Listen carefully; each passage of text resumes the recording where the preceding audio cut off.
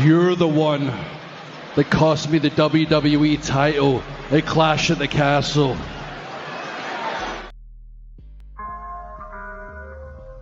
If you come at the king, you best not miss.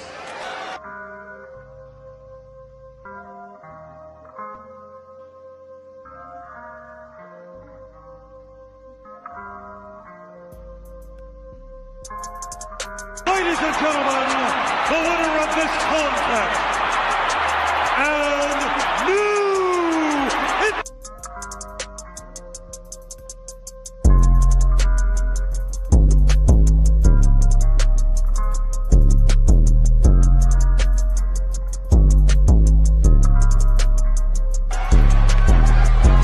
acknowledge us.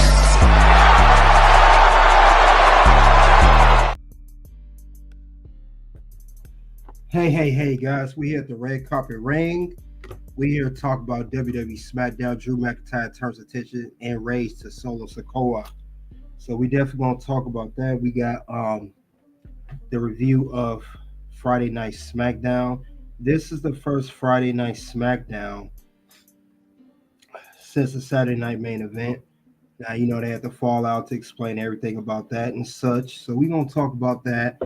Then we all go over current news, and we're gonna go over the bonus round as well, how to book WrestleMania 41, what are matches that everyone's talking about right now, and also we're gonna go over, as always, what went wrong with SmackDown, and also a new segment, what went right with SmackDown. So you guys don't want to miss out on that. We're here for live for Facebook and X. Let's talk about it.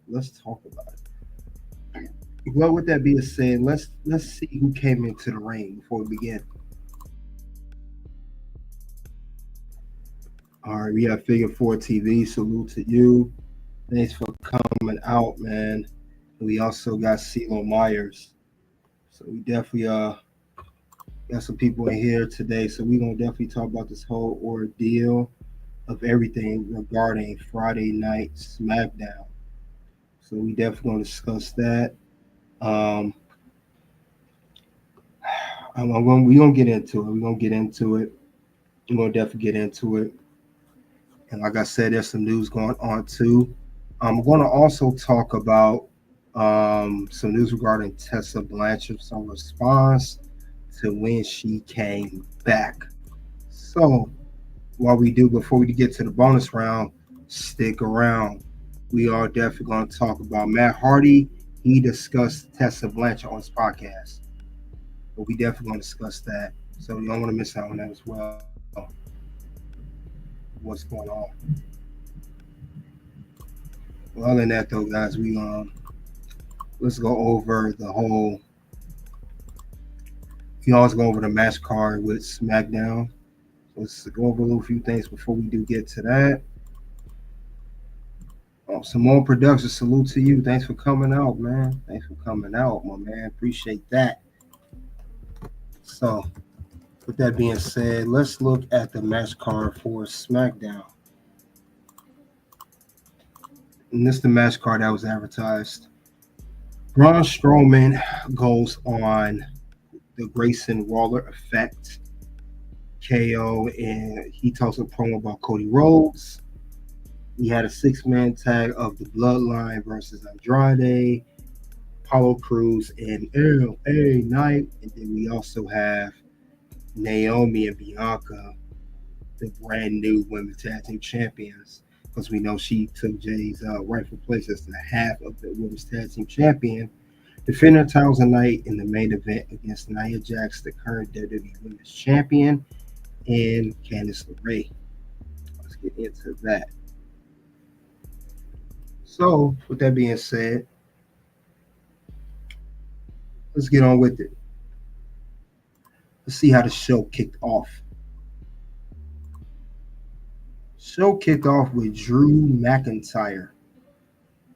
Drew McIntyre, he definitely has some things to say about the Bloodline, and we knew this was going to come at some given point. You know, he been wanting to get revenge on Bloodline for years now, let's be honest. It's been going on for a minute. I talked about that last week, and I knew they was going to eventually come around to that point. But with that being said, they had a promo. Solo had a promo, and he talked about the bloodline. He talked about how Roman Reigns, he made the promo. He said his little boat, and how he issued a challenge of Solo facing him at Raw Netflix episode for the title and crown of the tribal chief.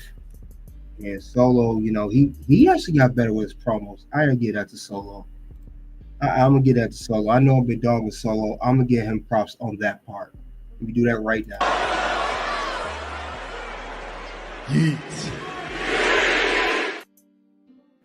Anyway, let's get back. He cut a promo.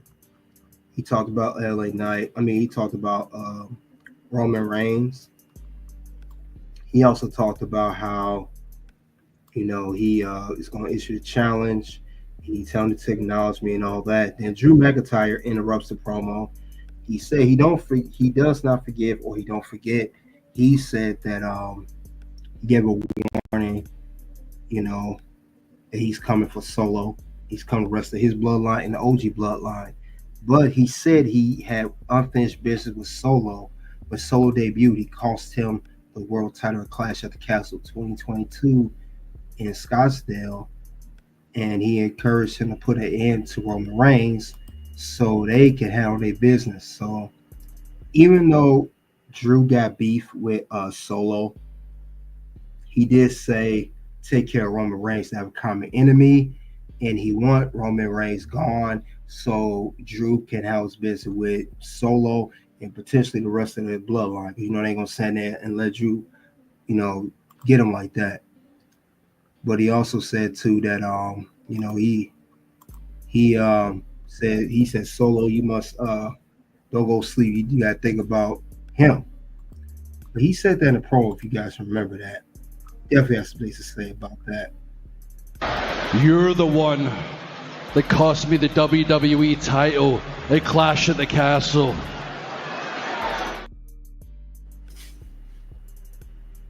So he had a good point. I gotta give him to him. Yeet.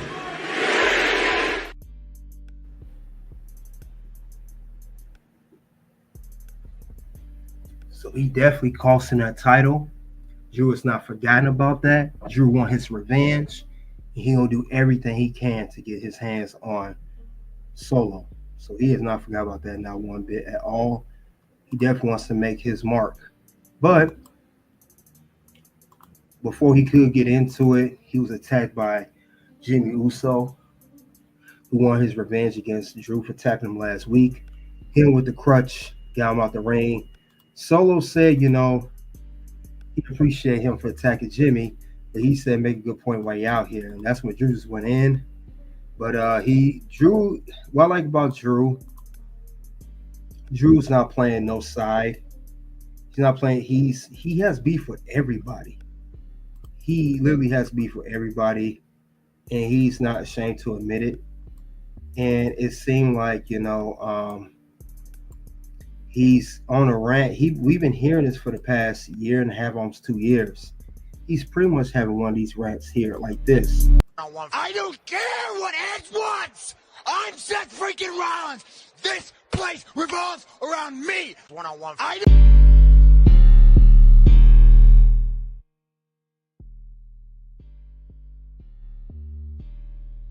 He's been having those rants for quite some time, and Drew finally is going to get his hands close to the bloodline. It's not going to be easy, but it's definitely going to be some work. But Drew, he can't do that alone. He just can't do that alone. He's going to need some backup. So expect him to get some allies in Kevin Owens and maybe other people, and Seth Rollins as well. Let's stop the cap. Seth Rollins, you're going to eventually have to help Drew McIntyre, whether you like him or not. Let's cut it out. Let's cut it out. But this was the end of the first part of the show. And I know Solo announced the what chance.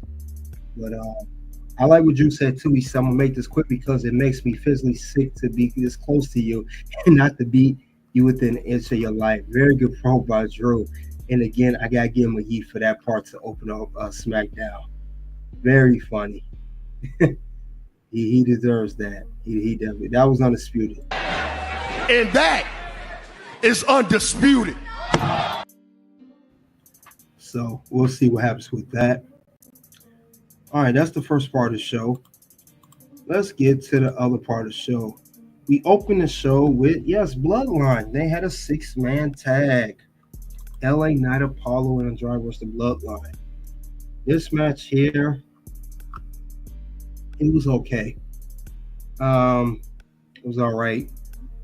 We saw that they Andrade was getting a lot of the taking of the being Bloodline had a lot of advantage on Andrade. And then later on in the match, everyone tried to Apollo got that work, and then he was actually pinning the match. Then we also saw as well LA Knight get his piece, but long story short, the match was interrupted by current United States champion Shinsuke Nakamura. He came in, and of course, he would attack no one other than Shinsuke Nakamura attacked LA Knight, and he took him out of ringside. Then we saw Solo. He got Apollo Crews. He went small spike. Then that was if the Bloodline won the match. But like I said, even nothing else more to say. That was the end of that match. Let's get on to the next part of the show. We had the Grayson Waller Effect. We also had promo by Kevin Owens as well, if you guys remember. He also spoke on a promo. And we're going to get to, we'll first get into the whole Kevin Owens promo because, he definitely is not letting this Cody Rhodes thing go. We know that it's been going on. But let's get into that real shortly. We don't see what else is going on with Mr. Kevin Owens because he definitely has his frustration. He is not letting anything up, and he is still carrying around the WWE Winged Eagle title. Let's not forget about that as well. So before we get to the Grayson Waller Effect, let's talk about Kevin Owens first. Now, with Kevin Owens, he came in. He also he said that despite what's going on, he said that was not his fault. He said what happened after Saturday Night Main Event was not his fault, and he said that with his attack on Cody Rhodes, he said what happens next is on all of you, and we know that he's blaming everyone. Kevin is right. That's pretty much the thing he's been running with lately. And, he got to with Triple H afterwards. They had a shoving match. And they took Cody out. Cody's in a bad brace. He's out still currently. And he still got the belt. So I would like to see where this is going to go. Hopefully, Kevin Owens, as usual, do not be on the short end of the stick. Because that will be a complete joke like this. When this year, I do. So I hope that feud does not end like that. So let's continue on, and we'll talk about the Grayson Waller Effect. Now, he had Braun Strowman on there. Braun Strowman was talking about how he's in a good mood. He came down to the ring, giving gifts to the fans. And then Grayson Waller, being the jerk that he is, he was talking crap about Strowman. Strowman said, "You really don't want to piss me off here. I'm in a good spirit, and you don't want to do that. You really don't want to do that." So, long story short, while all that was going on, it did, it came down to Carmelo Hayes coming down to the ring, and he won his rematch from last week when he was not knowing who his surprise opponent was by Nick Aldis. As Carmelo Hayes stated, Nick Aldis humbled me. Last week was surprise opponent of Braun Strowman coming to SmackDown, but this week I'm up to game. I'm up to speed. You're not going to get me this time. And he says he's ready to face Braun Strowman right here, right now. He wants to face him, And that's exactly what happened. We went straight to the Strowman and Carmelo Hayes match. Now this match here, Carmelo got a lot of good offense in this match. A lot of good offense. I like where this was going. I like what they was doing here. It was solid. He got some good. He was drop kicking Braun, reversing some moves, had Braun to his knees at one point in the match, threw him outside the ring. Braun of course got up. Now the way this match ended, it was outside the ring. Braun grabbed Carmelo, threw him on top of the ring as the ref was counting down to count to 10. Carmelo was thrown in the ring by Braun. Braun, however, would not make the count in time. So, yes, Braun Strowman lost Carmelo Hayes via countout. And Braun was not happy with that. He was not happy at all about that.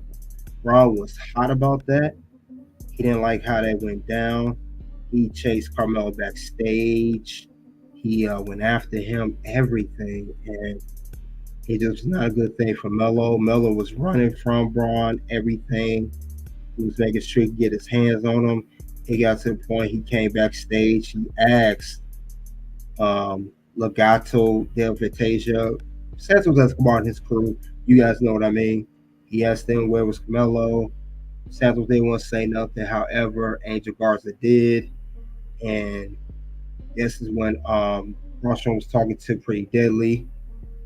And then he from behind he got hit Braun with a chair. So they're gonna definitely have a feud, but Carmelo did get a win, not a pinfall submission, but I get it, it's Braun Strowman. It wouldn't be believable for a guy like Carmelo's size to pin or tap out Braun. That was definitely a good one though. You guys check out Figure 4 TV, you got a link there. Check out his channel, guys. Good content over there, by the way. Omar, salute to you. All right, let's continue on. Let's go on to the rest of the show, shall we? Let's get on to the rest of it. Now, what we're gonna do now? After it's just like I said, this feud here. I gotta see where this is gonna go because they say like they really want to play out this feud between Melo and Braun Strowman. So we'll see what happens from there. Hopefully it works out well. I'm sure it will. We definitely gonna see what they're gonna do next. So I just want to notate that. Other than that, though, guys, Carmelo, he got a win. He didn't lose this time for once. Just want to notate of that. Of course, we wish more would have happened on the show. Of course, we wish the match a little bit longer, but it wasn't. But we definitely gonna see where they're gonna go from here, as far as that goes. Other than that, though, that was the end of that particular matchup for Melo and Braun. So you guys let me know where you see this going between these two. Because it definitely could go somewhere if played out correctly. That's the name of the game when it comes down to those two. Got to play it right. If you don't play it right, don't play it all, as they say. We gonna see how they're gonna do this whole thing. And then after they do all that, things will be just fine. At least hopefully. But let's get on to the next part of the match. Now we had another match. It's not a big match. It's this was not a long match either. Just want to notate that. This was Alex Shelley versus Johnny Gargano. And they had a one-on-one match. And it was they both did not want to, I guess they both didn't want to they wanted to interfere in a match as far as that goes. So it was no Tommaso Ciampa and no Chris Sabin at ringside. So let's get to that match right now. So they had this match. You know, Alex Shelley still upset at Johnny Gargano betraying him and Chris Sabin, so he could become tag team champion with Johnny Gargano, who did come out to a new DIY heel theme song. I don't know if I like it so much. I guess I gotta get used to it. Came out, they had a match. Wasn't nothing crazy about it. I mean, not too. I mean, for guys with this talent, they really have a long match. Long story short, in this match, Johnny Gargano came out to distract Alex Shelley, even though him and Johnny talk backstage without coming out. Of course, that's a heel tactic, and it caused Johnny Gargano to gain the advantage, get a pinfall on Chris Sabin. So 1, 2, 3. Johnny Gargano won half with the tag team defeats Alex Shelley. So let's get on to the main event. Let's talk about it. All right, we got the women's tag team championship match. We got Naomi and Bianca. Now, before they went out, Naomi, Bianca's going to give Naomi her belt. And I thought it was weird that Bianca was holding to both belts. I said, why don't you give Naomi her belt? Naomi said, I want to earn it. Don't just give me the belt. And Bianca respected it. They came out. They fought Tiffany and Nia. Nia and Candice, not Tiffany. Now, speaking of Tiffany, before the match, Nia and Candice told Tiffany, don't come out there. Candice was pretty much pushing it, because basically Tiffany can't find no good luck in matches. Maybe she keep losing. So they was going to go out there. Tiffany wants to support Nia and Candice. She didn't, however. But anyway, other than that, we see that that's how the match was going to start. And with that being said, they had the match. It was okay for a main event. It was okay. They did dominate. A lot of energy from Naomi. She got real good off a hot tap from Bianca Belair. She did her thing like she always do. Now, however, Tiffany Stratton did come out during the match. Was advised not to. She come out with this Money Bank contract tease, and she was caused in a distraction, supposed to, so gain Nia and Candice the advantage to win the match and titles. She did sidetrack Nia Jax. Nia Jax was bleeding, and it went outside the ring as I believe Nia or Bianca grabbed the briefcase. Naomi was able to take care of Candice LeRae, pin her 1, 2, 3. And yes, Naomi is a women's tag team champion again, holding the belts with Bianca Belair. Her first time holding the championship at WWE. Since she left in 2022, she held the belt with Mercedes Moné, formerly known as Sasha Banks. So that was the end of that whole thing. It closed out the show. It showed Nia. Oh, Nia and Candice were not pleased. Tiffany was in distraught. But Bianca and Naomi were standing tall with the women's tag team championships above their heads. And that's how we closed out Friday Night SmackDown for this week. Now, let me go over the rating of the show.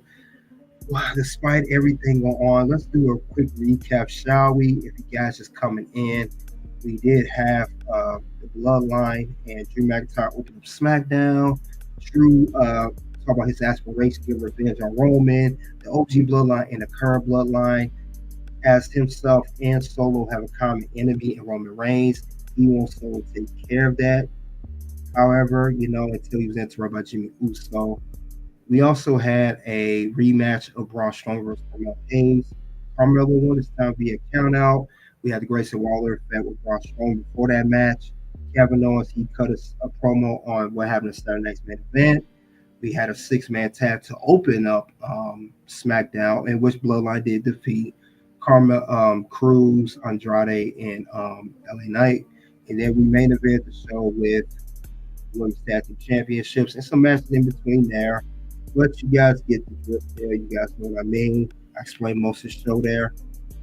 But anyway, despite all of that, what's going on with SmackDown, we got to give a proper rating to the show. And you guys know that I don't hold anything back. I'm pretty much transparent when it comes to stuff like this. It's just a given. That's what I do. But in this particular case with this show, I was not pleased about this show. A whopping 2 out of 5. This show was not that good. This show was not good at all. I did not like how this show was done as a whole. I lost interest at some point during the show. I was not happy how the show ended. I had no interest there. I was very, very disappointed in the show. Some matches that I knew could have been good were not. They were very mediocre at best. Some segments were okay. The segments were better than the matches as a whole. Other than that, though, I gave this show 2 out of 5. I'm sorry, not 2.5, 2 out of 5. So yeah, in that case, I gave this really, really a low one, very low one. I don't think it deserved it. It didn't deserve anything worthy of that matter. So, but let's see what people got to say on the community tab about SmackDown. This is what they're saying. See what people are saying. We have 65% give it an A, 21% gave it a B, 5% gave it a C, and we got 9% gave it a D or F. So that's a lot higher than usual.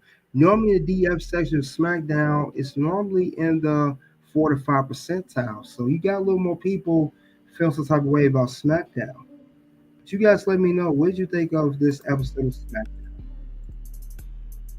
With that being said, let's go over what went wrong with SmackDown. And trust me, a lot of things went wrong. A lot. Let's talk about it. For one, just to notate on the record, I just want to say this is one of the worst SmackDowns of all year. One of the worst SmackDown of the year. This was like poorly done. Now I get it; it was a pre-tape show, and it shows that it was, but it was just not good.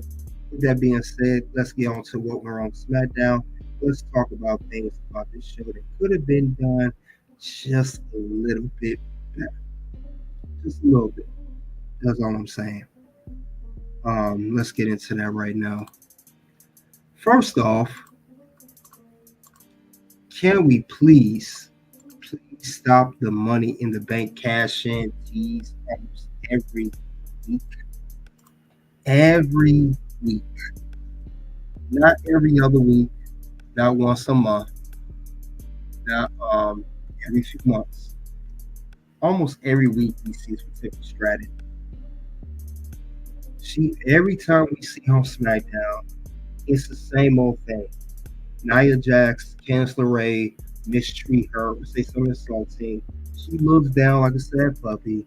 And then whether it's during Nia match or Tiffany match or a tag team like it was this week, we see her coming down with the contract.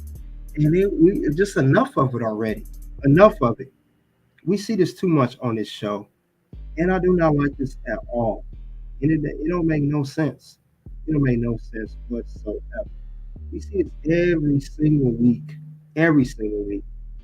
And I think WWE needs to stop this, because when she do cash it in for real and actually do become champion, hopefully, I really think that's going to ruin the whole concept of cashing in Money in the Bank. I mean, the woman's only held its contract now for 4 months. If you want to build a story behind it, and between her and Nia, how Nia's treating her bad, that's great. But we don't have to run with this whole Nia's always mistreating her, so she's immediately gonna tease the cash in. We gotta stop that right now. We really gotta stop that. It's getting pretty old, don't you think? I mean, every single week we see this is going on, and it's really going to ruin the substance of the contract, and it's also going to ruin the substance of Tiffany Stratton's character. So with that being said, I don't like that, and you know what happens. And I talked about this before. You know what happens if I don't like stuff like this. You already know how it's going to go down. What's gonna happen? You just made the list. Yeah, let's stop this whole thing right now. This is ridiculous. We don't need to see this every single week. We don't even got to see Tiffany every single week for that matter. Because like I said, it becomes too predictable. Way too predictable. And we do not have to do that at all. Like I say, you're really ruining the whole purpose of the contract.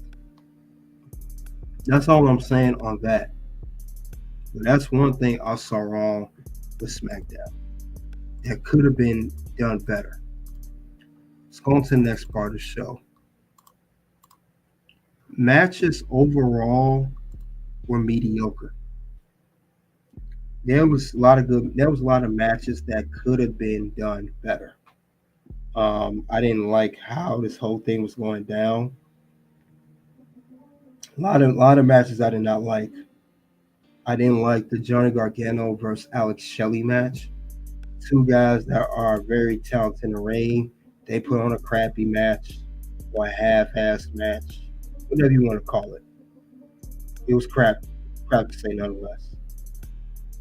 Then we had the 6-man tag wasn't all that either. We had Andrade, a good competitor, Apollo Crews, a great competitor. Him and LA Knight, they all seemed like they were very out of sync with each other. They don't seem like a real guys that would tag with each other, even though they all baby faces. So I wasn't feeling that tag team. And Bloodline's gonna be Bloodline. I'm cool with that. I understand that too. But other than that, though, it was terrible. It was terrible. I didn't like that at all. Now, like I said, the main event for the women's tag team, that match was okay. And I really wasn't big on that either, just to be honest. I really wasn't huge on that either. Really wasn't huge on that. And it made no sense to me at all. But that's how they're gonna run with it. I didn't like how this whole thing was going in. But I just don't get the whole thing. I really don't. But the matches just were not good. And it's sad because the matches could have been much better. You can tell they taped it. You can tell they didn't care. It was pretty much whatever to them. That's the feeling I got when I saw this match. A lot of these matches I saw like that. Like, they pretty much said, let me hurry up, record this. Let's get this taping done. So let me go home and get the flight and do what I got to do. That's how I saw that whole thing. That's how I took it as. But definitely could have been a whole better thing. I don't like how they was doing it at all. Definitely terrible. You know, that's how I took it. But let's go over another part of SmackDown did not like. At this point, it's obvious that Bianca nor Naomi had to do with Jade Cargill's attack. Now, for online for several weeks now, before about a month, everyone has been going making videos, including myself as well. We made videos about Bianca or Naomi attacking Jade Cargill. We have some theories. We have some stuff to back our theory. But now, as the storyline starts to unfold more, and now we see Jade still out, still no explanation what happened. Naomi is one half of the tag team champions, with Bianca taking her rightful spot. I don't think that Naomi has something to do with the attack or Bianca. I don't think so. It's too obvious. And Triple H, the way he books and writes his shows, I don't think he would let it go out like that. I think it would be more compelling if he added a little bit more flavor to the story. And I don't think that would be the case with Bianca and Naomi who attacking Jay. I don't see it going down like that. I don't. Oh yeah, got to do that. I'll get tired of hearing that. And I'm also don't like the mediocre matches, so you're gonna get 2 times what happens to watch stuff like this happen. What's gonna happen? No. Words? No. You just made the list. What's gonna happen? No. Words? No. You just made the list. So neither one of these two had Jade Cargill attacked. I made a video on Pink Sweat Circle. Check it out. I already said who I believe really did it. So you guys check that out. But it was neither one of these two women. No, they didn't work together either. So no, that's not the case here at all. We go over enough that in like about Friday Night SmackDown. A-Town Down Under. I thought this group was supposed to be done. They teased a breakup a few months ago after they lost the WWE Tag Team Championships to I think DIY, I believe, whoever they lost it to. They was teasing a breakup of Austin Theory being manipulated and used by Grayson Waller. Everyone was telling Austin Theory to get away from him, to be on stay on your own 2 feet. And it seemed like Austin Theory was going that direction, and they just went off with it. And now I don't see what the story is. I guess they was teasing a breakup. They was going to go in that direction, and they didn't. And they're still a tag team as we know right now. So I don't know what's going on with the storyline, but you could clearly see that when they did have these segments of Grayson Waller Effect, Austin Theory really is into it. He's just there to be there. Grayson Waller just being an annoying character that he is. And they need to end this already because we see where this is going, and it's absolutely going nowhere. And you guys know what happens if I see something. It's not going nowhere. You already know. You know what's gonna happen? No. Words? No. You just made the list. So yeah, I did not like this at all. This don't make no sense to me. This team should have been broke up. We need Austin Theory, and I want this to break up not just because of an annoying tag team. We need to see Austin Theory and Grayson Waller be singles competitors. Austin Theory is not a tag team competitor; he's a singles competitor. Just like Grayson Waller is not a tag team competitor; he's a singles competitor. Maybe Grayson stays here, Austin Theory's face. They can feud each other, build another program, or Austin could just do his own thing. I mean, he was the United States champion, and he did hold the money back contract. So hopefully they get that ball rolling right on that. So, but other than that, though, that's the issues I saw with SmackDown. I already said it's one of the worst SmackDowns, but that's issues I saw. Hopefully they work on that because it was like terrible to say the least. But other than that, let's get on with it. Let's talk about it. We're going to talk about what went right with SmackDown. Like I said, new thing I'm doing. We're going to talk about what went right this time. What are things that were done correct on the show and the direction that it's going to or headed towards to. Let's start off, shall we? And let's see what's going to happen next. I'm going to go over a few things of what was in the right direction or could be in the right direction. Makes sense.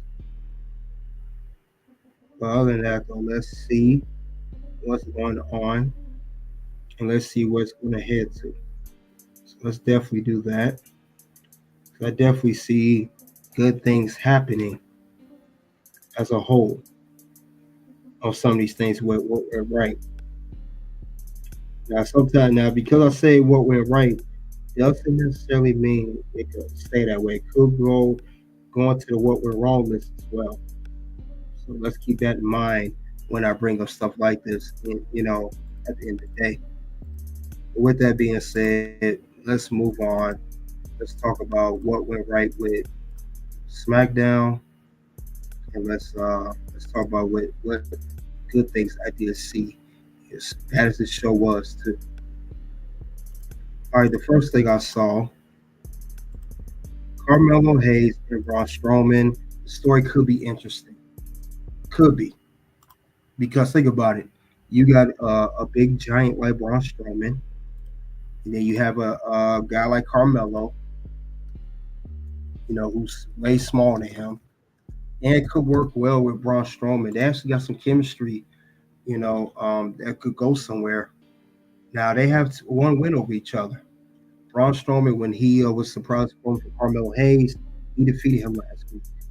This week, Carmelo defeated Braun in a via countout.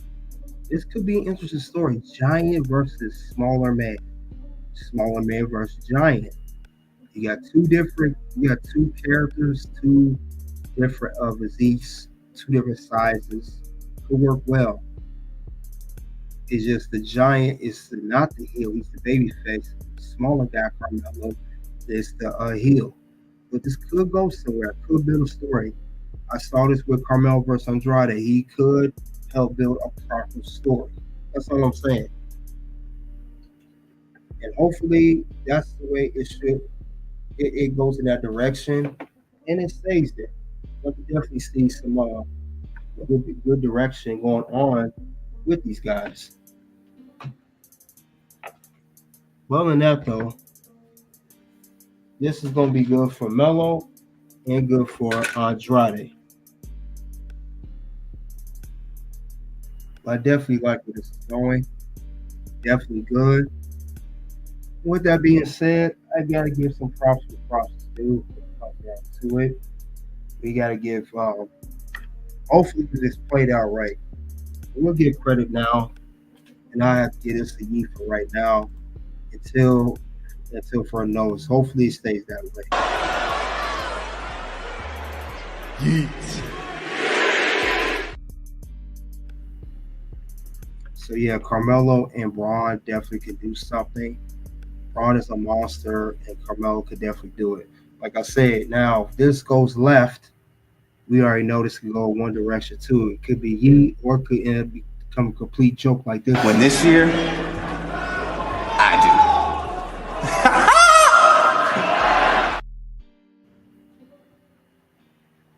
So yes, that could be the case between Melo and Braun. So let's go on to the next part of what we're right with SmackDown. Let's get into it. Next thing I saw we're right. The Kevin Owens promo was great. I like the story of Kevin Owens holding the Win Eagle title. He is the uncrowned WWE champion. And it's a good story because he took out Cody Rhodes at Saturday night's main event. He also, got into a Triple H. And also, let's be honest, Kevin Owens had Cody beat when the ref was knocked out after he hit the stunner on Cody. And Cody, I know Kevin Owens brought the chair in the match. Cody did do the crossroads on top of a chair and got the pinfall. So that could make Cody Rhodes look kind of sketchy. But this story between Cody and Kevin is definitely going somewhere. And it all started Bash in Berlin and when Kevin was a babyface, but now this could really reach good, really new heights if it's done right. Now, like I said before, I said again, could Kevin Owens end up being WWE champion after all this is over? Could that be the case? Could it in there? And I already gave my answer before, and I'm gonna give my answer again. No. Not gonna happen. I still see Cody retain his championship. But if you give a chance for Kevin Owens to when he does fight Cody again, Cody comes out with the original WWE championship, and Kevin comes out with the Weight E title. They fight similar to the Razor Ramon Shawn Michaels storyline for WrestleMania 10 ladder match, Intercontinental Champion versus Intercontinental Champion. And then this time, when Cody Rhodes do defeat Kevin Owens, Cody Rhodes he already undisputed title, so you can't say undisputed WWE champion again. I guess you really can say it, undisputed WWE champion, but he holds the Winged Eagle title as well as the other title, and hopefully WWE reverts back to the WWE Winged title and get rid of that horrendous logo title they hold. And with that being said, this could be a win-win situation. Storyline for Cody Rhodes and Kevin Owens and WWE. Yeet.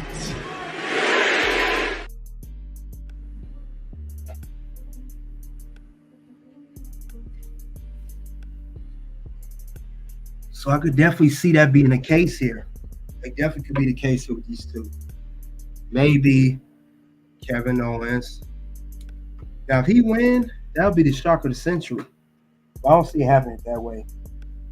And then the whole thing with the pin count when Kevin did get pinned. Why was referee Charles Robinson counting outside of the ring. Why was he counting outside the ring too? I never saw before in WWE history. The man was standing outside. He was afraid to go in there. But it gives rightful claim to why Kevin should be champion. And then also too, during the matchup, not only Cody used the chair and everything else, he looked, like I say, looked sketchy. He looked very sketchy. So we gotta talk about that. Yep, illegal pin count. That's what I'm saying. I never saw a pin like that. I never saw a pin like that in my entire life. So Kevin Owens got a rightful claim to be the champ, and he could very well be a champ. I don't think he will be, but he can be, and I like where the story is going. As long as they continue to build the story, and I want to see if they Triple H is going to speak on this again too. I would like for him to speak on this whole ordeal because he definitely lost school, unusual Triple H style. But that's another thing I saw that went right with SmackDown. Let's go over another thing that went right with SmackDown this week. Let's talk about it. The Drew McIntyre and Bloodline segment was good. It was good. Well, pretty much solo. But I like this whole segment because, like I said, Drew McIntyre finally gets to address the issue that he wants revenge against all the Bloodline members. He took out Jey Uso, took out Jimmy Uso, and he wants Roman Reigns. But Solo, even though they got common enemies in OG Bloodline, he said, Solo, you're the one that cost me the title, and I could have been WWE champion that night at Clash of the Castle 2022. Also, he said when Roman's done with Solo, when that feud's done at the Raw Netflix episode, Drew is going to feud with Solo. It's setting up the future feud of Drew versus Solo. Now, however, you cannot do this alone. I said earlier, it's going to need some backup. It's 3 against 1. Drew, you as big and strong as you are, you're a Scottish warrior. You can't beat on them dudes on your own. But expect Drew to get some backup, and whoever is going to help Drew, he's going to get some backup at the end of the day. Expect that to happen. And I like that they're doing it this way. This is good. You may have thought Drew had forgot about Solo costing the belt, but Drew been mentioning it on and off for a year. Like I said, but this is gonna be a good one. And we knew at some point, some give a point that Drew McIntyre was going to spin the block on Solo. We knew he was gonna come at the Bloodline. And that right there is not a prediction, it's a spoiler. And that's not a prediction. That's a spoiler. And that's not a...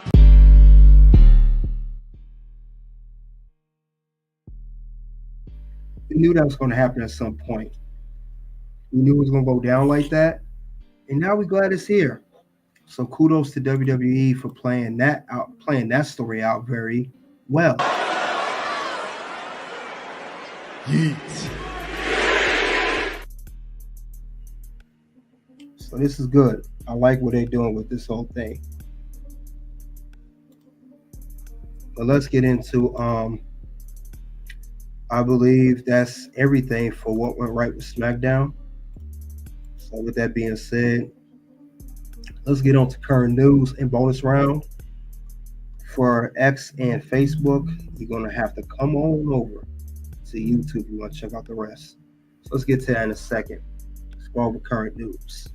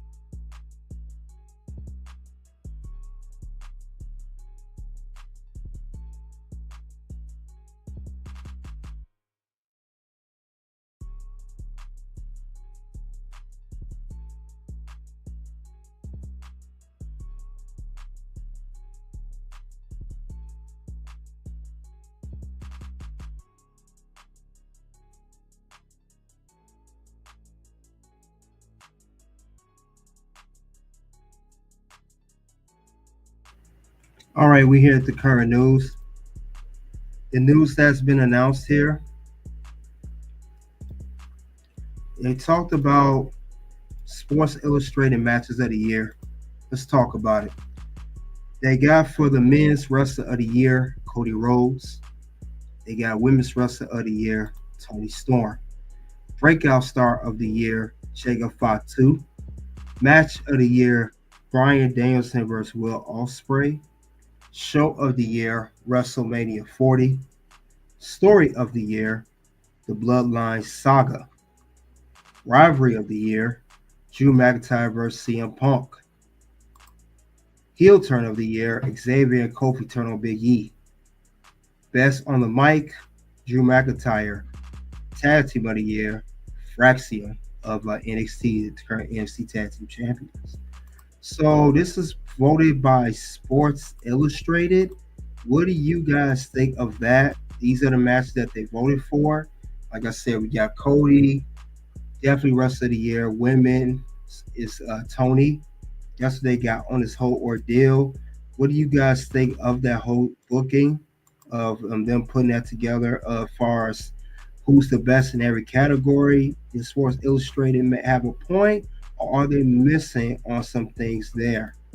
Because for the most part, I will say by reading this article, Cody's Wrestler of the Year, Toni Women's Wrestler, I wouldn't say of the year.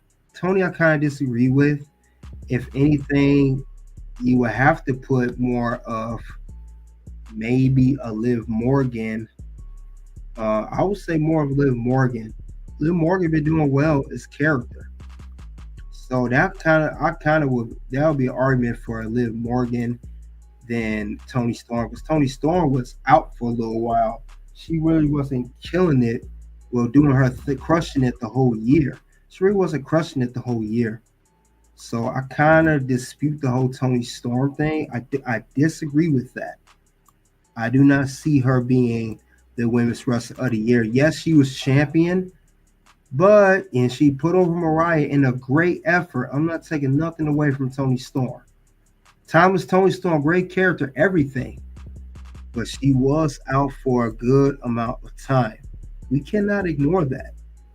We can't ignore that. And I don't see that being the case here. I don't. So I kind of dispute. I got some pushback on that. Now, breakout star of the year, Jacob Fatu. Absolutely. I give that to Jacob. Solo, I love you. I like his whole gimmick. I like he's a Samoan werewolf. Definitely. Now, match of the year, they got Bryan Danielson versus Will Ospreay. I dispute that too. I would say Drew McIntyre versus CM Punk at Bad Blood Hell in a Cell match will be match of the year. So I got some pushback with that. I disagree with the Bryan Danielson versus Will Ospreay. That is not match of the year. So no. I definitely agree with that. Show of the year, WrestleMania 40, without a shadow of a doubt. They saying that's the best WrestleMania, not only of the year, but the best WrestleMania ever in history. So we can't forget about WrestleMania 40 this year. Story of the year, Bloodline Saga. Again, I disagree with that. I dispute that too. CM Punk and Drew was story of the year.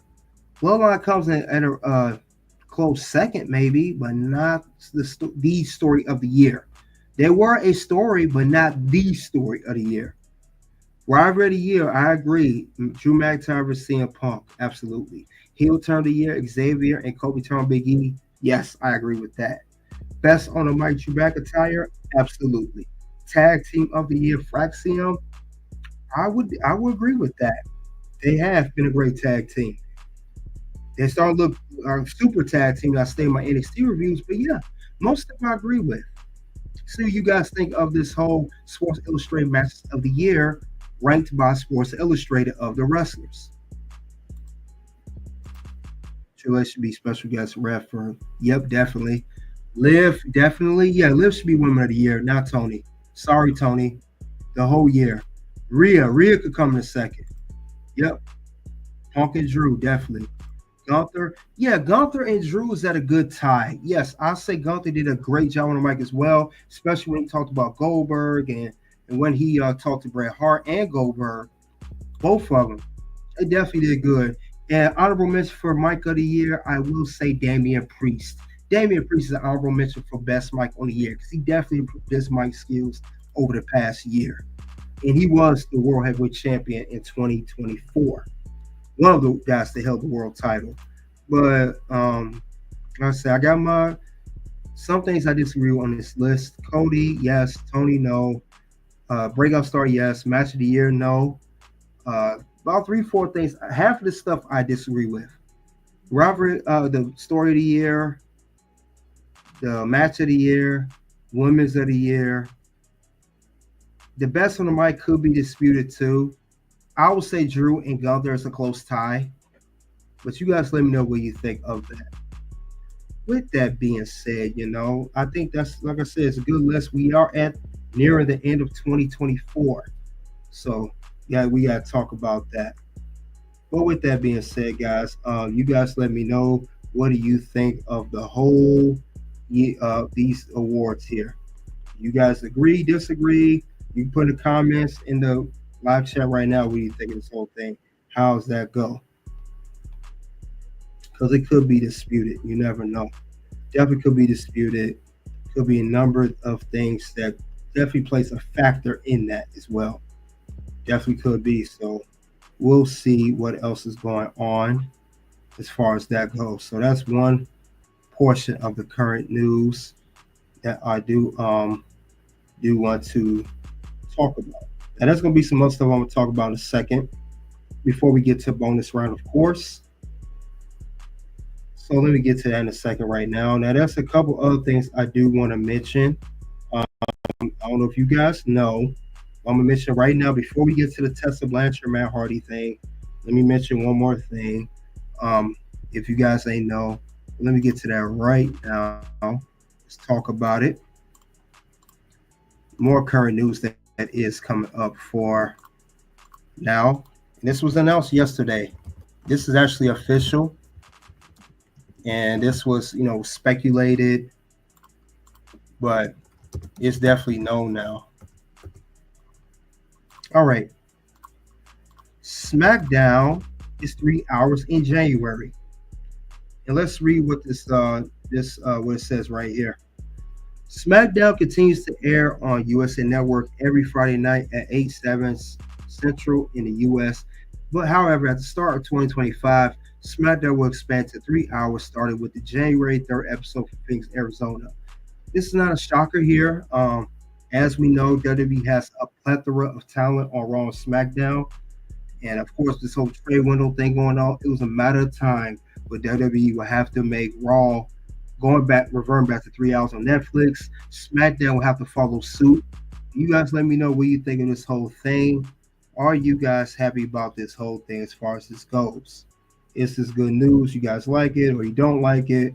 Whatever the case may be. But I think it's a good thing. It's needed. Now, SmackDown has never been 3 hours every week. They had specials in the past, special episodes and everything else. We get that. So, other than that, though, let's see. We're gonna see what else is going on as far as that goes. I think it's a good thing for SmackDown because we've been, I'm talking about these characters not getting enough screen time, not getting the proper storyline.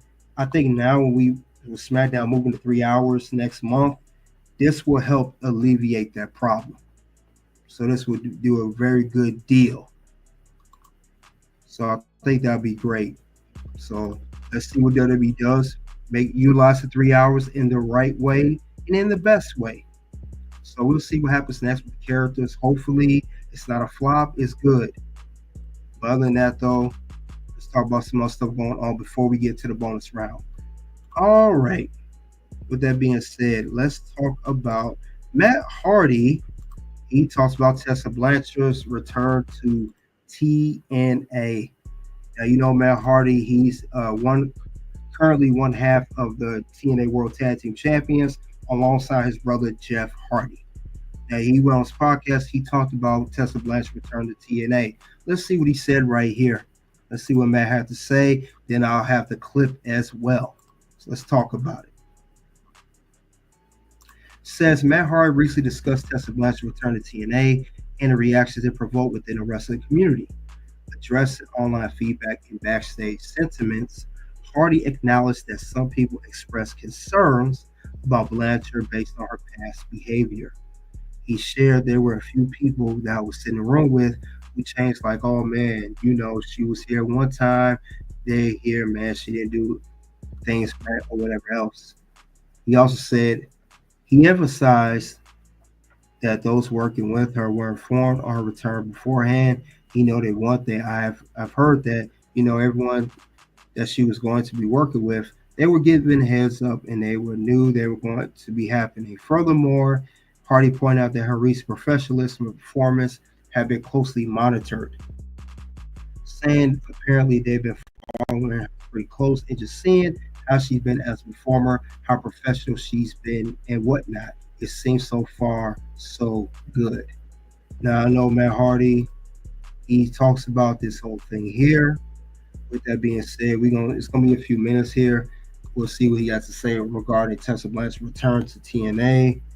And then we'll get to the bonus round talking about WrestleMania 41, how to book it. So let's get into it. Trials and tribulation throughout that process. There's going to be people who are brought in to try to help offset it, and some will be really receptive and some may not be. Like when you guys came back as a unit, it was a nice little shot in the arm.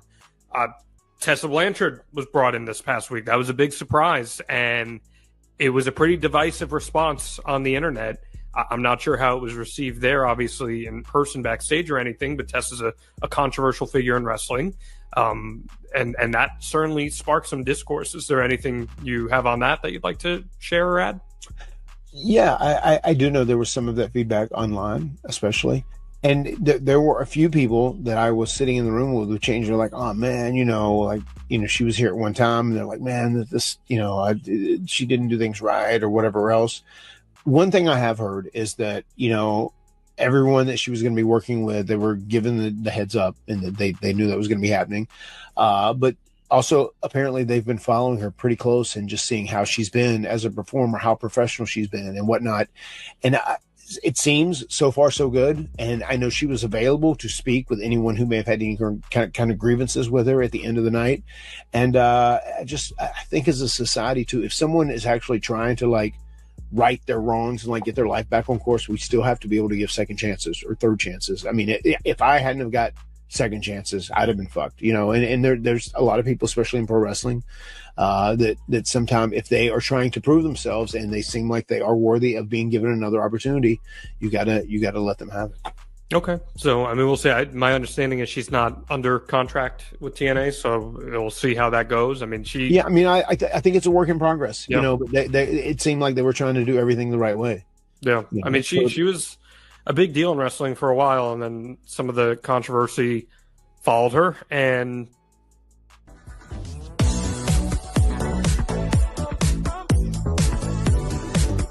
I guess we'll see how time has passed. A lot of times you see passage of time is ultimately what some people need on both sides of the equation to heal some or mend some broken bridges, I should say.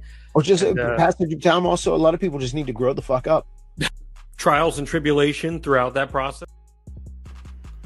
All right, that was Matt Hardy talking about Tessa Blanchard's return to TNA. He said that her behavior has been very good thus far, and people were given a proper heads up before she returned to the company at Final Resolution when she attacked Jordynne Grace during her match against Rosemary. So we're going to definitely see what happens with Tessa Blanchard next. Don't be surprised if you could see Tessa Blanchard not only being in TNA on a contract, but maybe popping up in WWE in the near future. TNA, WWE currently has a partnership, a very good one, I would say. And we've been seeing a lot of crossover with TNA popping on NXT and vice versa, NXT popping on TNA. They even been on each other's PLEs. We saw Jordynne Grace and Joe Hendry be on NXT PLEs this year. And we also recently saw NXT superstars or wrestlers being on TNA's PLEs this year, like Bound for Glory and other ones. So don't be surprised if Tessa Blanchard makes the jump to WWE. That's all I'm saying. So that's all I have regarding that. But with that being said, let's get to the bonus round. We're going to talk about how to book WrestleMania 41. Now, there's been a lot of matches that they've been talking about. A lot of stuff that's been booked. I've been hearing a lot of stuff as far as rumors of who's going to be in what match, who's going to be fighting who, and who's going to be wrestling who, and who's going to be in a main event, or just a regular match, or whatever the case may be. But with that being said, let's get into it. Let's see how this will go. First off, I've been hearing rumors that CM Punk is supposed to go against Roman Reigns one-on-one at WrestleMania 41. That's the current rumor going around right now. What do you got? I think if I were to book this match, remember CM Punk is owed a favor by Paul Heyman, a wise man. Maybe in this matchup against Roman, Paul Heyman helps CM Punk win this match against Roman. He screwed Roman, and Paul Heyman realigns himself with CM Punk. And as CM Punk said, Paul Heyman was his wise man first. Maybe that's how they could go run with that. That could very well be the case here. You never know. You never know. I think that could be a good situation. I think it'd be a good booking thing. Too late to start booking that. Why you say that, Figure 4? I mean, it'll come out of nowhere. No one would expect it if it were to happen. Say you owe him a favor, maybe that favor's to screw Roman Reigns. Man, think about it. Paul Heyman, he's known to be an advocate, a wise man, but for heels. Roman Reigns is a heel, but he's been distant from Roman. Ever since Roman came back, him and when Paul came back, they've been kind of distant from each other. Maybe he gets away from Roman and goes to Punk. I'm just saying, it could be a scenario there. It could be. CM Punk wants a title shot. That's true. But does he need Paul Heyman for that? Paul Heyman is not a general manager. He's not Adam Pearce. He's not Nick Aldis. He's not the CEO like Triple H. What power would Paul Heyman hold? Now, unless you would say Roman Reigns, you have to defeat Roman Reigns to get a title shot at the WWE Championship or World title. It could be a scenario. Could be. How would you put a title on Roman to make it work Punk's while? Yeah, he could be a number one contender. Roman and CM Punk fight for number one contendership for the WWE title. Whoever wins the match at WrestleMania goes on to maybe night 2. Let's say this is a night 1 match. Night 2, he goes on to fight for the title. And they could sell it that way. No, he don't need a title. I agree. He don't. I'm just saying that could be a good scenario there. Maybe that's how they would work that one out. I'm just saying. But there could be a match they saying at WrestleMania that possibly could happen. It could. You never know. So let's that's one scenario. That's just one scenario. Now if there's some case, remember The Rock could be available for WrestleMania 41. If The Rock's not available for WrestleMania, if he is available for WrestleMania 41, and it's definitely for certain on, which more likely he is, we don't get Roman versus CM Punk. We will get another match scenario, and that will be CM Punk versus Seth freaking Rollins.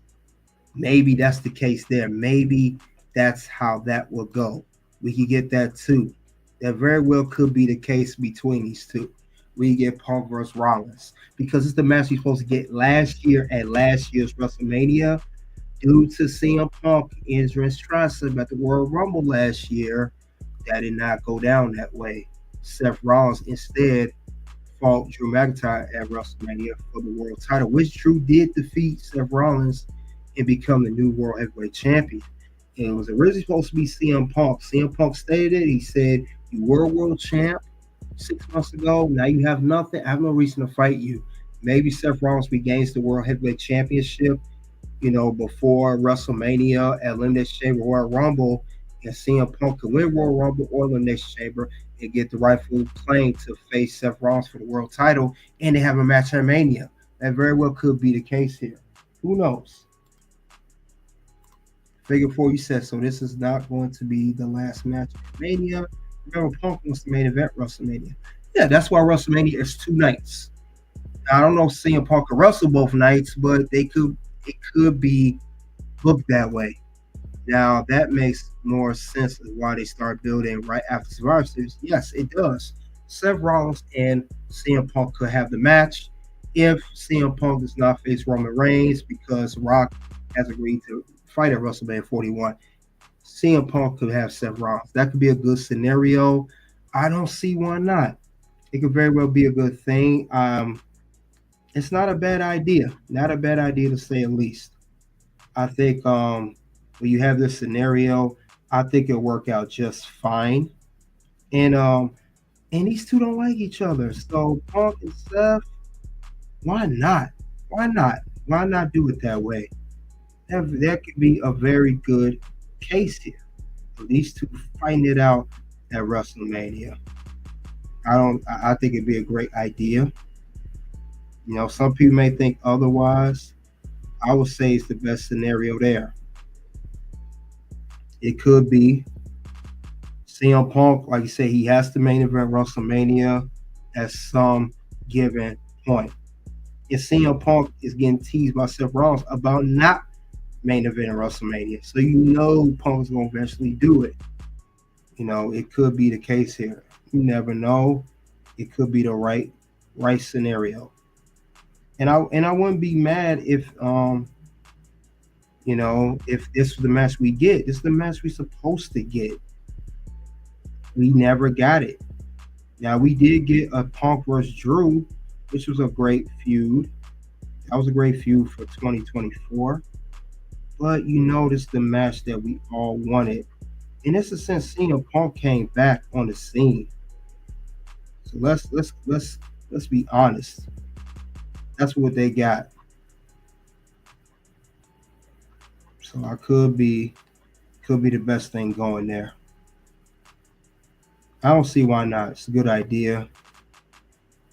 And it could serve very well at the end of the day if done correctly. But that's only if it's done right. If not done right, then my motto, if you don't do it right, then don't do it at all. That's how I would book that situation. You guys let me know how you would book the CM Punk versus Seth Rollins. I don't see nothing wrong with the scenario. I think it'd be a great scenario. I think it'd be a classic thing. But we gotta see how they're gonna do it. Definitely gotta see how they're gonna do it, how it will go. But that's one scenario of how to book WrestleMania 41. I mentioned two, CM Punk facing Seth Rollins and CM Punk facing Roman Reigns. That's 2 scenarios I've mentioned, but that's not it. I got some more scenarios in the book. I got some more in the bag. So yeah, we gotta see what else could be handed out as well, as far as that goes. It could be a great booking decision. And I'll have, of course, Punk go over and win. I would definitely have that go on too. Let's see what you guys have to say so far before we get to it. Cody definitely has one night, which leaves one. Night 1, Seth the best option, not Roman right now. Yeah, and with that being said, let's get to another scenario. If not Seth, if not Roman, what if he got both at the same time? A triple threat match. What if we got CM Punk versus Seth Rollins versus Roman Reigns? And let's say Seth is the world champ. Let's say they all fight each other for that title, because let's face it, all 3 of you guys do not like each other. They don't. Neither one of these guys like each other. Roman don't like Seth. Seth don't like Roman. Roman and Seth both don't like Punk, and Punk don't like neither one of them. And Punk said it best, I'm here to make money, not to make friends. So maybe they could have this could be one of the main events on one of WrestleMania nights. CM Punk, he defeats Seth and Roman to win that title. And maybe Seth don't get pinned. Maybe Roman gets pinned. Roman could take the pinfall, and maybe Seth and CM Punk continue to feud. Be like, hey, you didn't pin me to beat me for my title. They continue their feud on for the rest of maybe for the better half of 2025 after WrestleMania. Figure 4, so I can see this. This match do not need a title at all. No. Yeah, and it don't have to be for a title. That's one scenario, either for a title or not for a title. Only a 1v1 for the title. Yeah, that could be a scenario. But or these three just fight it out. All three of them. They don't like each other anyway. They're good three names anyway. Why not do it that way? And I don't see why they wouldn't do it that way. These guys got enough star power. CM Punk got star power. Roman got star power. Seth got star power. So yeah, I can see that going in. Definitely be a good scenario. I don't see why not. But we have to see what the next one's going to be.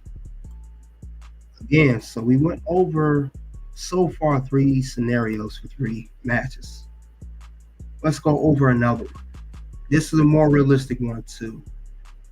This one I'm going to talk about, if not this happening, if Roman's not involved with Seth or CM Punk, maybe we get the match we were supposed to get. Maybe we do. But we'll see. We're going to see. And I will say that match we do supposed to get, we get Roman Reigns versus The Rock. We get Roman versus The Rock. Will we get that at WrestleMania? That is the match that everybody really wants. Remember, we're supposed to get this match years ago. This match will be years in the making. Rock was not able to do a WrestleMania 38 back in 2022. That's what forced Stone Cold to come out of retirement, wrestle Kevin Owens. Then Cody returned to WrestleMania. Still a star WrestleMania, the same WrestleMania where Roman did become the undisputed WWE Universal Champion. We beat Brock Lesnar, title versus title. But maybe we finally get this match we're supposed to get. Roman versus The Rock. Rock, he still feels the type of way about Roman losing at WrestleMania 40 and losing the undisputed WWE Universal Championship or undisputed WWE Championship, whatever you want to call this title, I don't care. He lost the title to Cody, and Rock will say, you know what, Roman, I carried you in the night 1 tag team match against Cody and Seth. And you almost lost the match when Rock accidentally speared Rock. When Roman accidentally speared The Rock. He almost cost that team the matchup. And Rock came in and he saved the match. Remember, Rock hit Cody with the belt, I think, when Cody was going to the rope. And Rock was allowed to pin Cody and they won night 1. And I'm saying that because remember the stipulation of the rule. If Rock and Roman won night 1 in a tag match in the main event, WrestleMania 40, they will go on to have the match of Roman versus Cody, WWE Championship Bloodline rules. If not, it would not be Bloodline rules. And Rock gave Roman the advantage heading into night 2 for his title. And with that being said, with that working in Roman's favor, Bloodline rules, Roman, you still managed to lose the WWE Championship to Cody Rhodes. And Rock is say, we got a problem with that. That's why Solo, who probably was handpicked by Rock, maybe he's the puppet, Solo's the puppet behind a Rock to say he's the tribal chief, not you. And Solo is the tribal chief. You're not tribal chief anymore because you lost the title. Roman took a few months off, and now we can finally get this match. And then, Rock cut the promo. He don't like what's going on for the past 6 months. This will be a good story for WrestleMania 41. So we got to see what's going to happen, though. I think this will be a great story between these two. Cousin versus cousin. Rock always made events against a big star name. And I think he said Roman wants the match he wanted for years. And the last guy he would main event against. The last name Rock main events at 1-on-1 against WrestleMania was no other than, as they call it, GOAT, John Cena. So maybe that's the case. That's the match we get. Maybe that's the match that should be going on. Who knows? Now, if this match does not happen at WrestleMania 41, we know that Rock has another story with somebody else too. We know that Rock's been beefing with someone else, and he also wants someone else's title, and that's the guy that beat Roman at WrestleMania. That is, you guys already know, Cody Rhodes. Maybe we get this match at WrestleMania 41. We got Cody Rhodes, WWE Champion, undisputed WWE Champion, versus The Rock. Rock pinned Cody night one.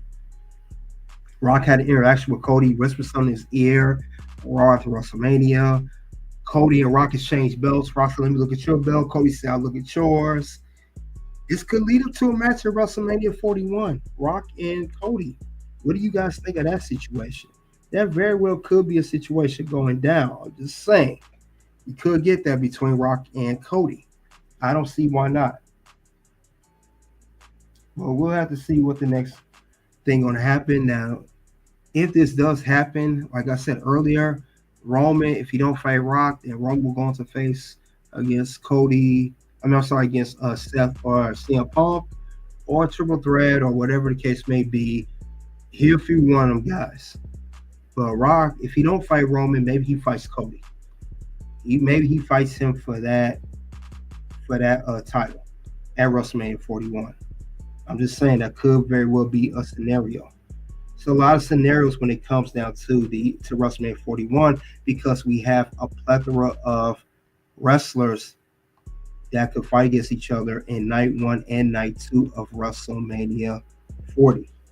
It could very well be the case. We may get a Rock. If we don't get Rock versus Roman, we could get a Rock versus Cody Rhodes. We could get that too. So I would not be surprised if that's the match we end up getting at the end of the day. It could very well be. Could not be, but could be. So I'm just saying this is a good booking scenario. Now, is this the match that everybody wants to see on the card at first? Probably not. Probably not. Everybody don't want to see Cody versus Rock. They'd rather see Rock versus Roman. So I could see that happening as well. But you guys let me know, what do you think of how that will go down? Because it's a possibility. Don't have to be for certain, but it could be a possibility.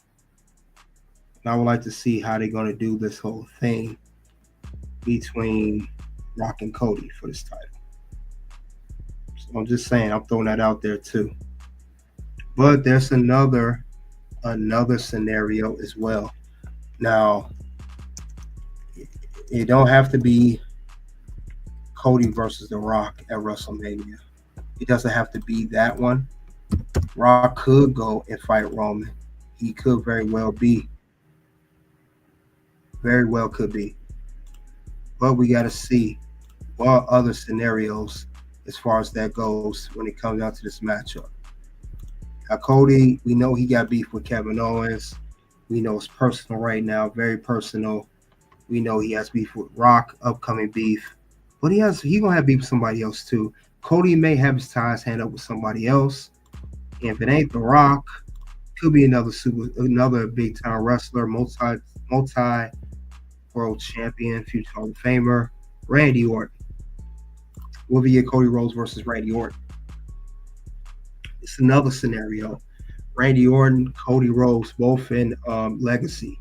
Randy Orton, the leader of Legacy. Cody was under Randy's mentorship. Cody saw it all. He was under the learning tree of the Viper Randy Orton, the prime Randy Orton that was bald in 2009, holding WWE title. Maybe Randy's jealous of how Cody's risen. He did watch Cody become WWE champion this year. He's been staring that title in several months before Randy went down at the hands of Kevin Owens. Maybe that is the case here too. You never know.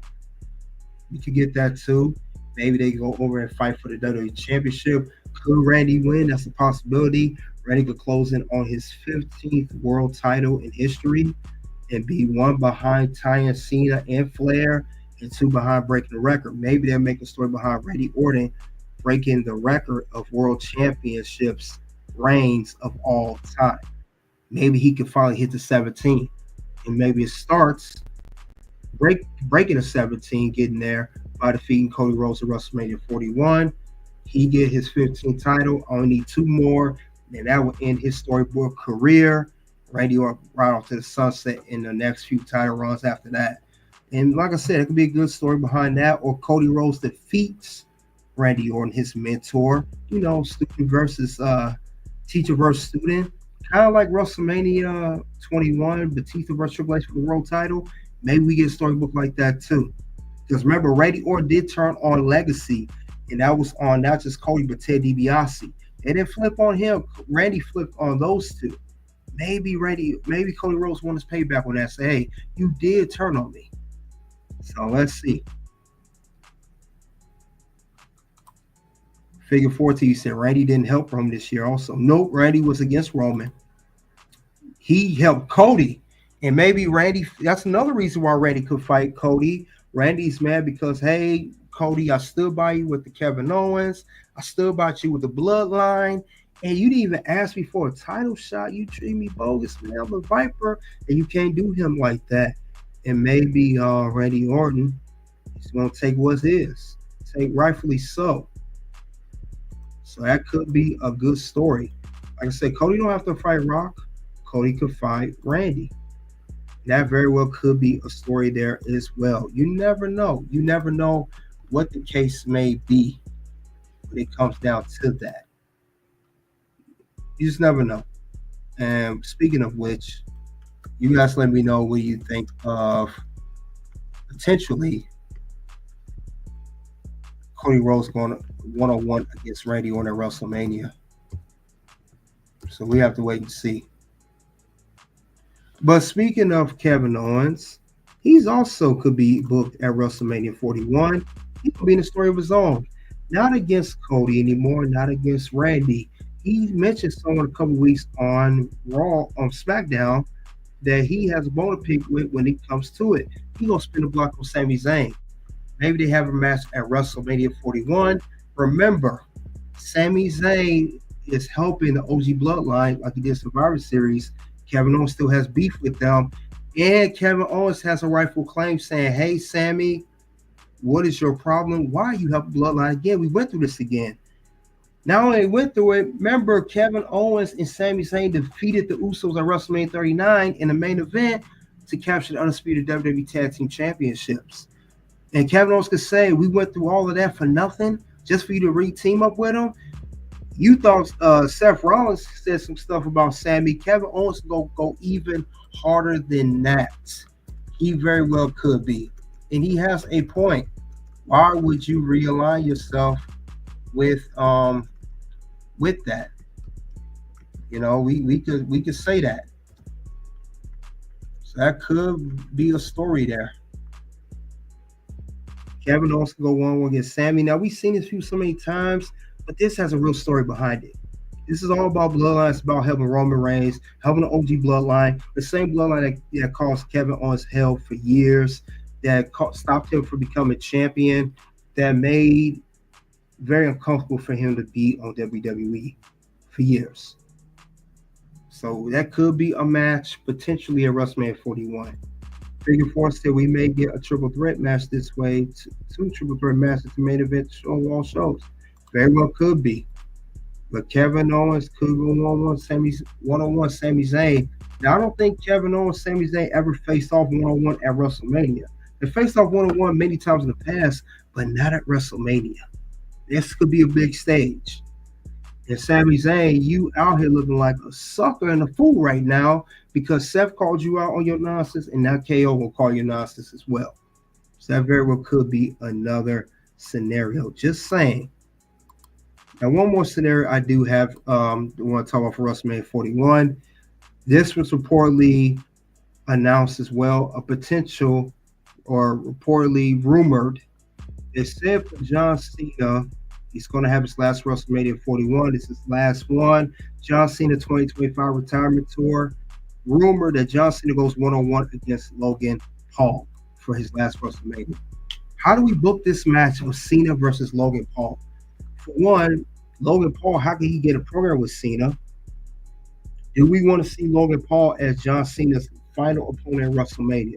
Logan Paul, part-time, been in some feuds. Now, I'll give Logan's credit. He has feuded against Roman Reigns. He's feuded against Seth Rollins. He's feuded against Cody Rhodes. He's feuded against several big names, and they all were at WrestleMania. He fought Roman not Roman, but he fought Seth Rollins at WrestleMania.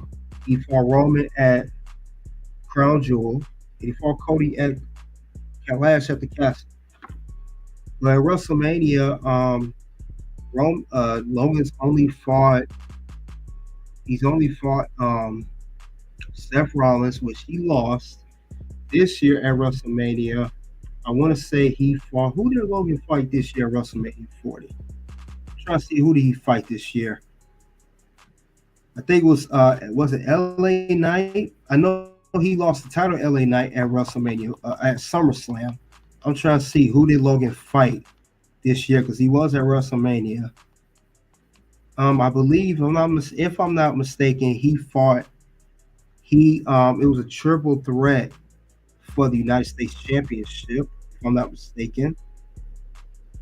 And yeah, that's right. Logan defeated Kevin Owens and Randy Orton for the U.S. title at WrestleMania. And he retained. So he already fought against Randy, KO in the same range, Seth, Cody, Roman. He's won against some top names already. Maybe he's seen his final opponent. Maybe Cena picks Logan. Maybe Cena wants to see, Logan's the newest star, Cena's a legend. Maybe that's the match we get at Cena's last WrestleMania. Just saying. 8-match king, that boy Paul is money. Could be LA Knight. Could be LA Knight against John Cena. We get that too. That's another scenario we could very well get. I could see that happening too. But this is Cena's last WrestleMania. Does he go one-on-one against Logan Paul? What's the story behind it? Maybe John Cena think he can hang with the high-flying Logan Paul. Maybe so. But it's not a bad idea. He's never faced against Logan Paul before. And I'm pretty sure Cena's been watching him. You say he may want a match against him at WrestleMania. So you just never know. But that's one scenario that could be. I heard lots of names. I heard Braun Breaker. I've heard, of course, Randy Orton they want to bring up, and LA Knight. It's names that they brought up. There's been some names that's been brought up for this WrestleMania. Speaking of which, I have one last scenario. It could very well be the whole thing. This could be a possibility too. And I'm gonna say it right now. I don't think Braun Breaker's gonna do it. Braun Breaker's too early in his career. He's not the veteran yet. I don't think he should do it. Not even Logan either. Logan's gonna be superstar because he is a superstar. He has a name. But if they were to pick, if not Logan Paul, he could go against LA Knight. LA Knight is a scenario. Remember, Cena and LA Knight had interaction already. When LA Knight was going to feud against the Miz at Fastlane Payback last year. Remember, Cena raised his hand. They had a stare down. Cena raised Logan Paul hand. LA Knight hand, giving him his respect, his due. Maybe we get that at WrestleMania 41. It may be LA Knight is John Cena's final opponent at WrestleMania 41. It could very well be. I can see that happening. So just saying, you gotta take that into perspective. So I can see that being the case here. How they book that, of course, LA Knight wins, or if it's against Logan Paul, he wins. But it could be LA Knight wins, but you just never know. It's so many people John Cena could choose from right now to be his final WrestleMania opponent. But I heard it's up to John Cena to pick who his final opponent going to be. And we'll see how that will all play out at the end of the day. remember, this is a little early. We do have WrestleMania in April, and we're in late December, going into January. So we have to see how that's going to go. There's been a lot of scenarios I mentioned. I mentioned a lot of match scenarios for WrestleMania 41. I mean, we've mentioned, I want to say 1, 2, 3, 4, 5, 6, 7, 8, 9 different scenarios. So, and that's all I have regarding how to book WrestleMania 41. You guys let me know what you think of the book scenarios, of all the scenarios that were mentioned regarding WrestleMania 41 matches. Night 1, night 2, title, no title, one-on-one, triple threat, you name it. So thank you guys for coming out. We talked about SmackDown, Drew McIntyre turns attention race to Solo Sikoa. We talked about bonus round, current news, what went wrong, and what went right to SmackDown. Thank you all.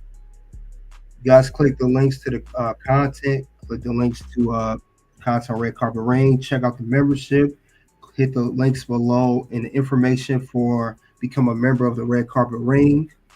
Check out exclusive content, backstage, and audiobooks. Until then, you guys already know what it is. It is OUT.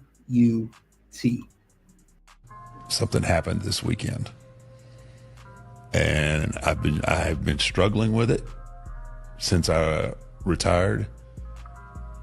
But this weekend gave me closure. Wow. It really did. Like, it was fun. Obviously, it was fun. I mean, you can't, doing this for as long as I have and being involved.